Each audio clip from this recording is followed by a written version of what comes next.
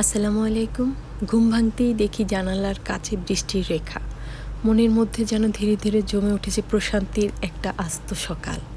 বৃষ্টি ভেজা সকাল মানেই এক টুকরো প্রশান্তি, এক কাপ চা আর অজস্র আবেগ।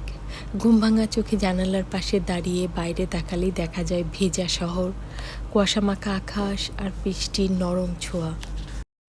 এমন সকালে মন খারাপ যেমন হয় না, তেমনি হারিয়ে যেতে ইচ্ছা করে সময়ের ধূসর কোনো গল্পে।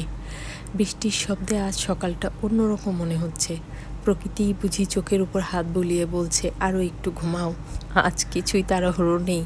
কিন্তু আমার তো টেনশন আছে অফিসে যাবার।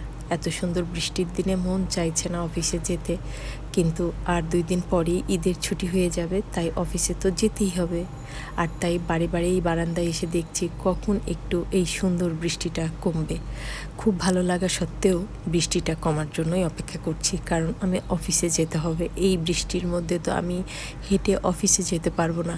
তাই আমার প্রিয় বৃষ্টিকে বলতেই হচ্ছে, বৃষ্টি এখন তুমি একটু থামো, আমাকে অফিসে যেতে দাও।